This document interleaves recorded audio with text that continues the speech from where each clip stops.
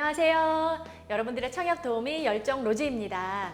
자, 오늘 이슈 콕콕에서는요, 이번 주에 가장 핫했던 이슈들을 가지고 제가 열정 로즈가 쉽게 브리핑 해드리도록 하겠습니다. 자, 첫 번째 뉴스. 현금 부족해 꿈도 못 꿨는데 드디어 강남 입성 기회가 왔다라는 뉴스인데요. 문턱이 낮아진 강남 청약 시장. 올해 강남에서 굉장히 많은 분양 예정 단지들이 있거든요. 근데 중도금 대출 금지 규정이 이제 없어져서요. 10억 초과도 얼마든지 중도금 대출이 가능하다.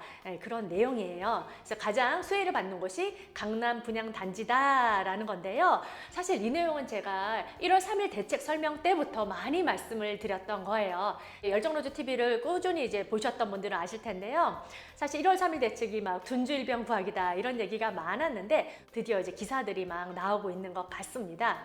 왜냐면 강남은 늘 분양가가 비쌌죠. 9억 늘 이상이어서 중도금 대출의 혜택을 받지 못하는 곳이었습니다. 그런데 1월 3일에 발표된 이 보도자료대로 그대로 시행이 돼서 이제 3월 20일 이후부터 중도금 대출을 실행하는 단지들은요, 분양가의 제한이 없어졌습니다. 두 번째는요, 규제 지역도 중도금 대출이 이제 50%가 나온다는 겁니다. 50%가 나온다는 거고요.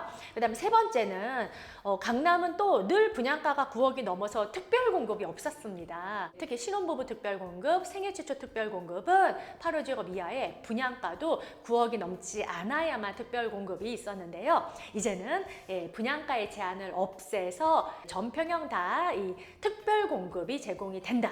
이렇게 보시면 될 것 같습니다.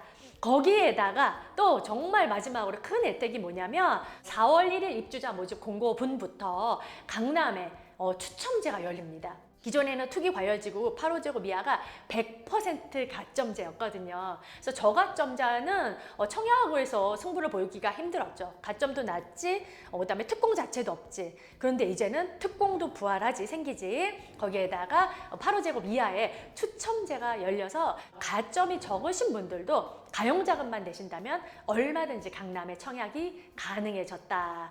이 얘기예요. 규제를 많이 풀어도 강남 3구에 분양이 없으면은 수혜를 못 보는데 꽤 많은 단지들이 올해 분양을 앞두고 있습니다. 그동안 분양가 상한제로 분양을 많이 미뤘었죠. 이 아이들이 이제 드디어 올해 분양을 시작할 것 같은데요. 레일이 분양을 앞두고 있고요. 그 다음에 방배동에는 방배 5구역, 6구역이 분양 임박입니다. 5구역, 6구역 다 세대 수가 굉장히 많아서요. 여기도 노려보시면 좋을 것 같고요. 서초구가 특히 많거든요. 뭐 신반포의 그 메이플 자이도 올해 분양을 할 거고요. 그 다음에 레미안 원펜타스, 그 다음에 아크로 리버파크 옆에 반포주공 1단지죠. 1, 2, 4주구는 DH 클래스트로, 그 다음에 3주구는 프레스티지 바이 레미안으로 또 올해나 혹은 이제 내년에 분양을 할 거라 예상이 되고요. 또 송파구에는요, 진미크 유명하죠. 그 다음에 진주 아파트, 잠실 레미안 이 단지도 분양을 앞두고 있고요. 그 다음에 그 좀 더 아래로 내려가면 문정동의 힐스테이트 2편의 세상 문정까지, 그러니까 정말 이제 동남권에 풍성한 물량이 지금 대기를 하고 있습니다. 분양 단지의 뭐 세대수나 그 다음에 이제 입지 설명 같은 경우는 이제 열정로즈 TV의 홈 화면에 들어오시면은요, 저희가 2023의 분양 예정 단지들을 제가 쫙 브리핑해 놓은 영상이 있어요. 요 영상 참고해 보시면 좋을 것 같고요. 지금 기사에서 보시는 요 물량은 이제 총 세대수고요. 일반 분양은 이거보다는 훨씬 적습니다. 하지만 이제 반포주공 1단지나 방배는 일반 분양이 좀 많아요. 저가점자분들이 노려보시면은 강남 입성에 좋은 기회가 될 것 같습니다. 그리고 전매 제한도 이제 곧 완화가 될 건데요. 전매 제한은 강남 3구는 3년이에요. 전매 제한이 완화돼도 입주 전에 전매가 가능한 단지들은 거의 없을 거다, 이렇게 보시면 되고요. 그다음에 실거주 의무도 이제 곧 폐지될 예정인데 강남 3구와 용산은 분양가 상한제가 여전히 적용이 됩니다.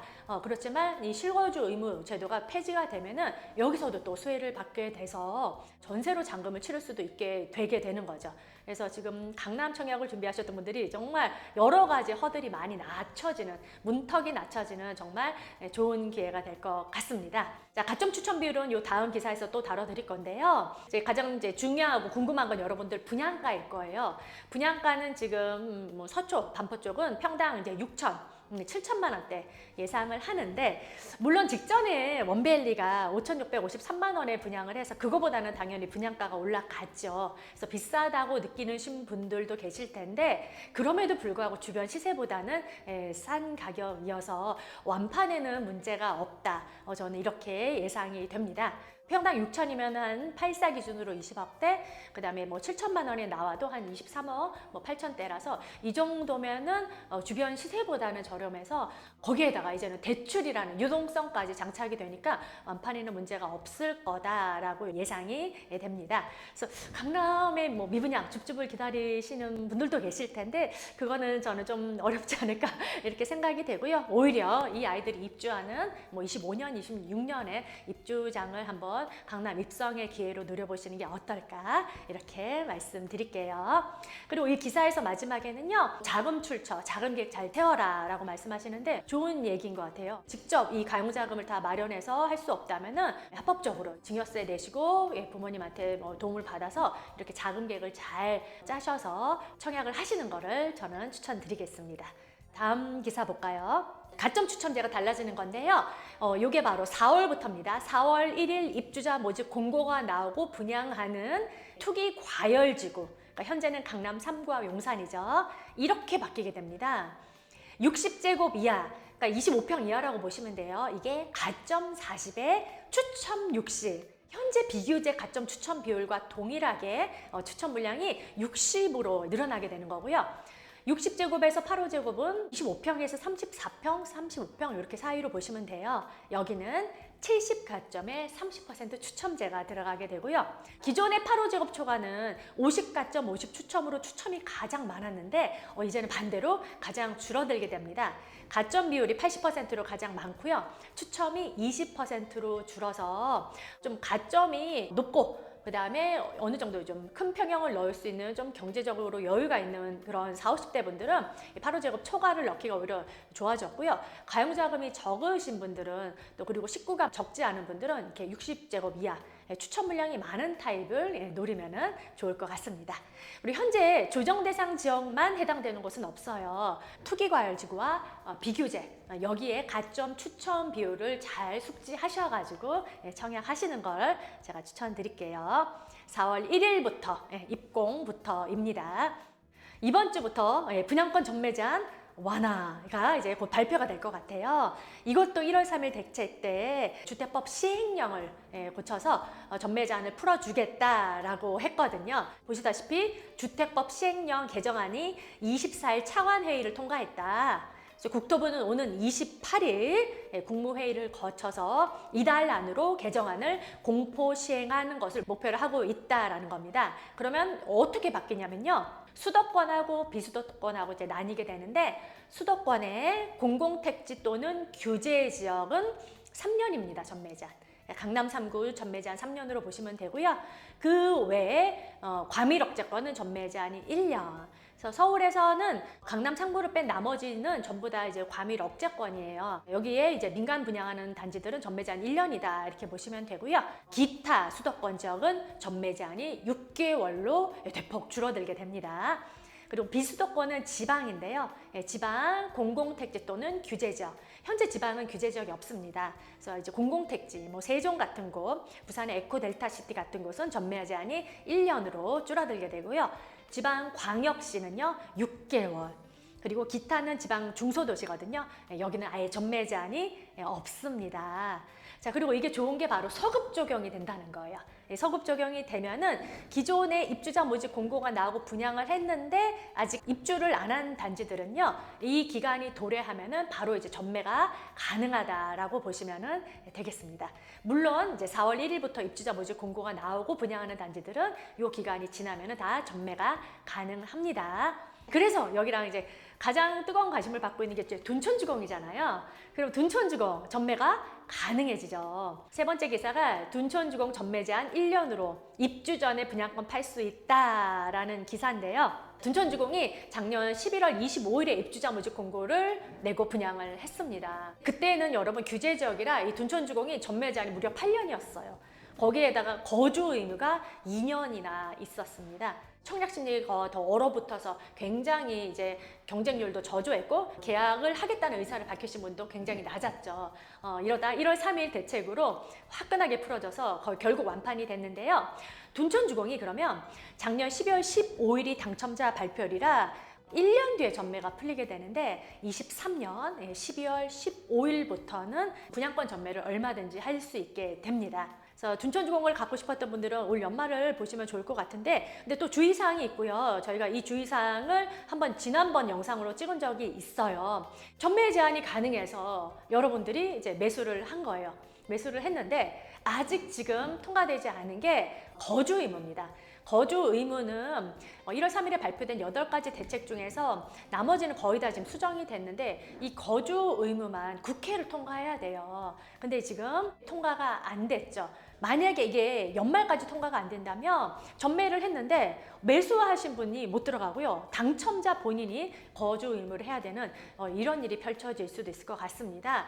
전매자는 풀어주고 거주 의무는 풀어주면 또 말도 안 되는 일이 펼쳐질 것 같아서 총선 전에는 통과가 되지 않을까 생각하고 있지만 사시는 분들이 피해를 보면 안 되기 때문에 확실하게 법 개정안이 통과되고 나서 매수를 하는 걸 추천드리겠습니다.